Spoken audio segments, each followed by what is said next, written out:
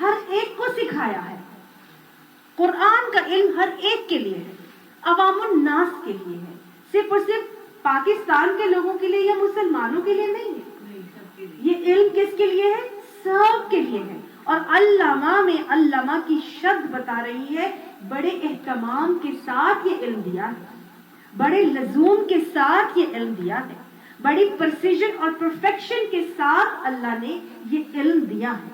حدیث میں آتا ہے انما العلم بالتعلم, علم جو ہے وہ تعلم کے ساتھ ہوتا ہے. اور تعلم میں کیا چیز آتی ہے؟ جو علم لینے کا طریقہ ہے نا, انداز ہے, وہ تعلم کے ساتھ ہونا چاہیے. اور تعلم میں کیا ہے؟ بڑے اہتمام کے ساتھ, بڑے لزوم کے ساتھ, بڑی محنت کے ساتھ, بڑی محبت کے ساتھ دیا, بڑی رغبت کے ساتھ دیا, بڑے اخلاص کے ساتھ دیا ہے. تو جب دیا ہے تو پھر لینا بھی ایسے ہی ہے. بڑی محبت سے اس قرآن کے علم کو حاصل کرنا ہے, بڑی محنت سے حاصل کرنا ہے, بڑے اخلاص سے حاصل کرنا ہے, کنٹینیوٹی کے ساتھ حاصل کرنا ہے, مرتے دم تک حاصل کرنا ہے. یہ نہیں کہ 4 دن کر لیا اور بس پھر رمضان کے مہینے میں کر لیا اور بس چھوڑ دیا. نہیں, تو قرآن کا طالب علم ساری عمر طالب علم ہی رہتا ہے. ہمیشہ لینا ہے, صبر کے ساتھ لینا ہے, آہستہ آہستہ لینا ہے. ایک دم سے بس 2 سال کا کورس کیا, 1 سال کا کورس کیا کہ بس جلدی سے کھٹ کر کے میں قرآن کی معلمہ بن جاؤں, نہیں. آہستہ آہستہ لینا ہے, تنزیل کی طرح نازل ہوا اور آہستہ آہستہ تعلم کے ساتھ اس کو لینا ہے. اور آہستہ آہستہ لے کر جلدی نہیں مچانی, کہ جب لینا ہے تو ہر چیز کے اوپر تفکر کرنا, غور کرنا ہے, ڈوبنا ہے, سیکھنا ہے.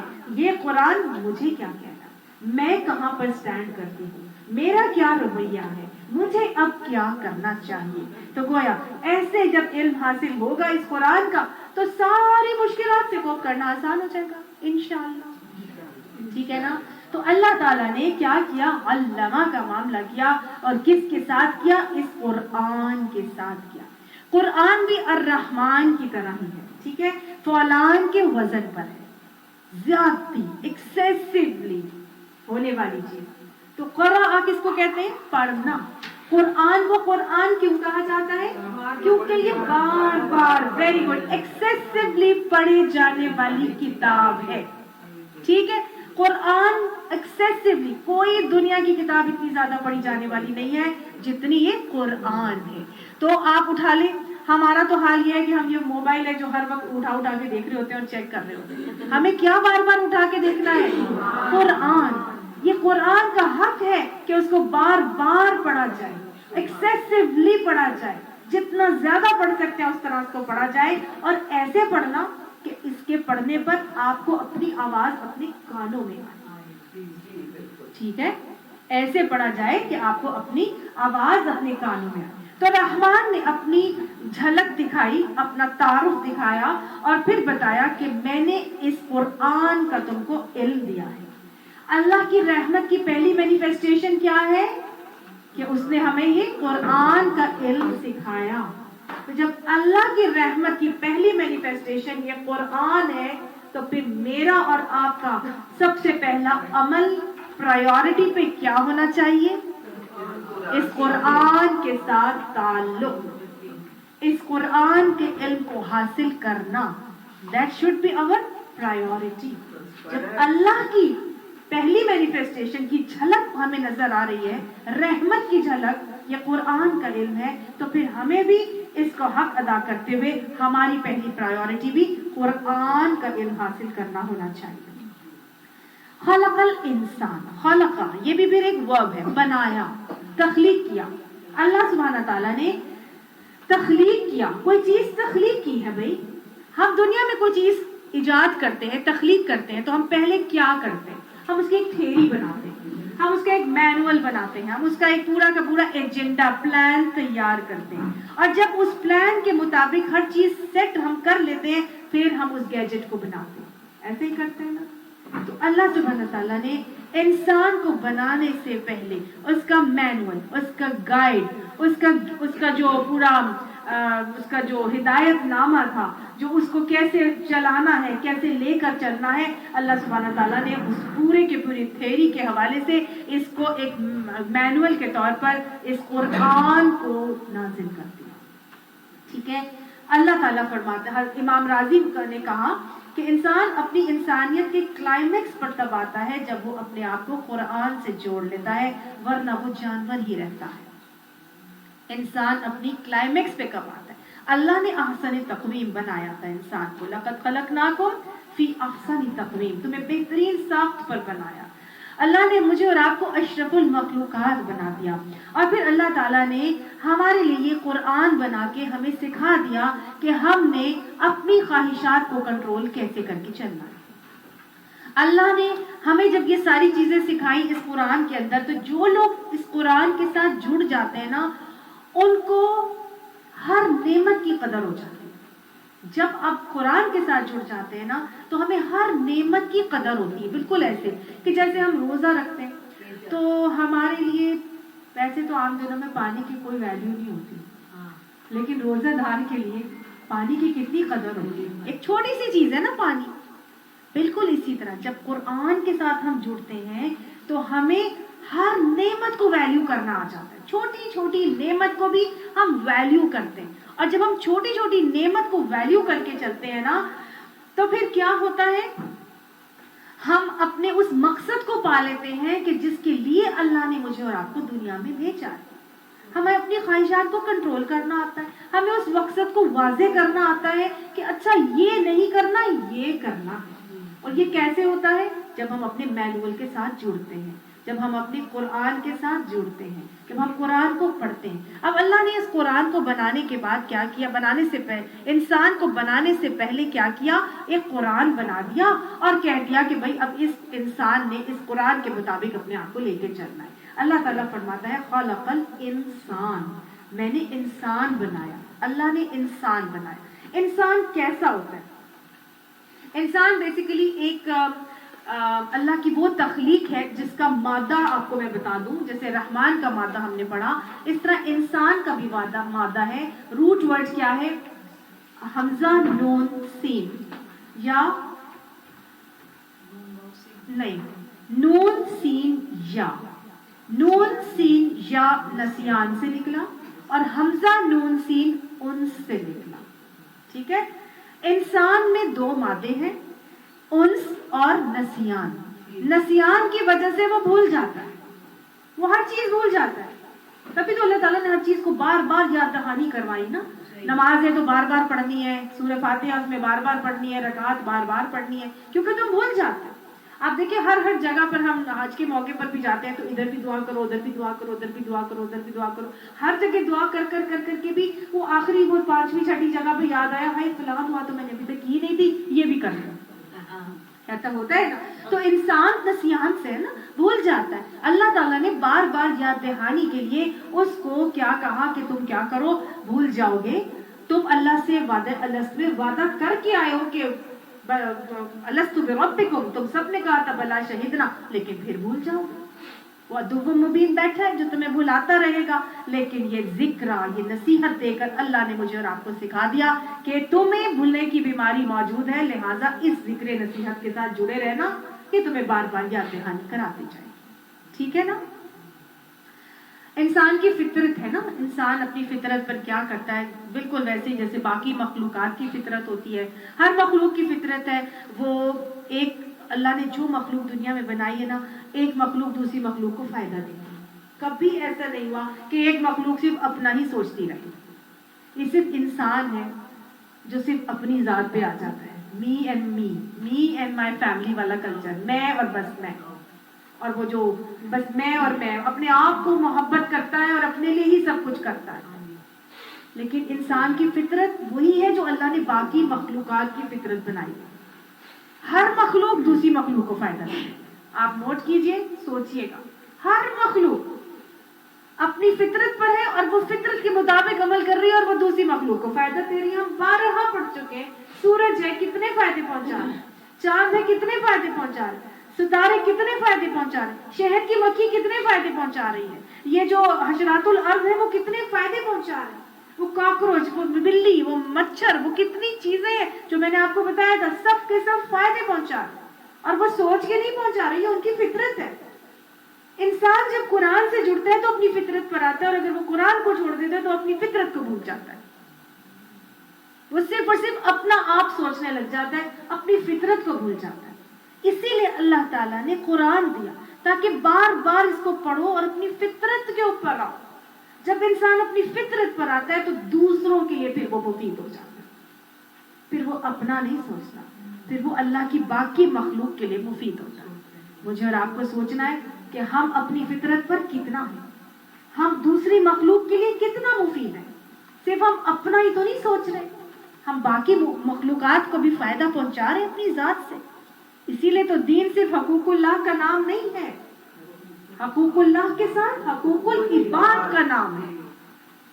سمجھ میں آ گئی؟ اسی لیے ہمارے دین پہ اتنا فوکس کیا گیا۔ اور دوسری بات کیا ہے، انسان نکلا ہے انس سے، محبت، نرمی، شفقت، پیار، یہ انسان کے اندر ہے۔ تو جب انسان قرآن سے جڑتا ہے تو اس کو اپنی محبتوں کو پرائیورٹائز کرنا آتا ہے۔ سمجھ آ گئی؟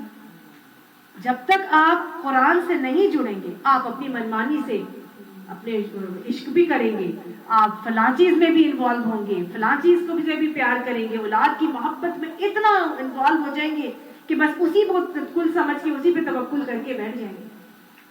لیکن جب انسان قرآن سے جڑتا ہے تو اس قرآن کے ذریعے سے اس کو اپنی ساری محبتوں کو اپنے اپنے لیول پر رکھنا آ جاتا ہے، اور اللہ نے فرما دیا والذین آمنوا اشد حبا للہ، ایمان والوں کے لیے اللہ کی محبت سب سے زیادہ ہوتی ہے۔